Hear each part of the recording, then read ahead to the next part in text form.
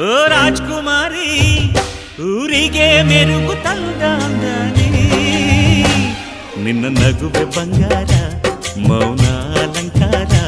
ನಿನ್ನ ಅಂದವ ನೋಡಿ ನಾನು ಕವಿಯಾದ್ನಲ್ಲ ಅಂದಕ್ಕೆ ಅಂದದಂದ ತಂದಾನ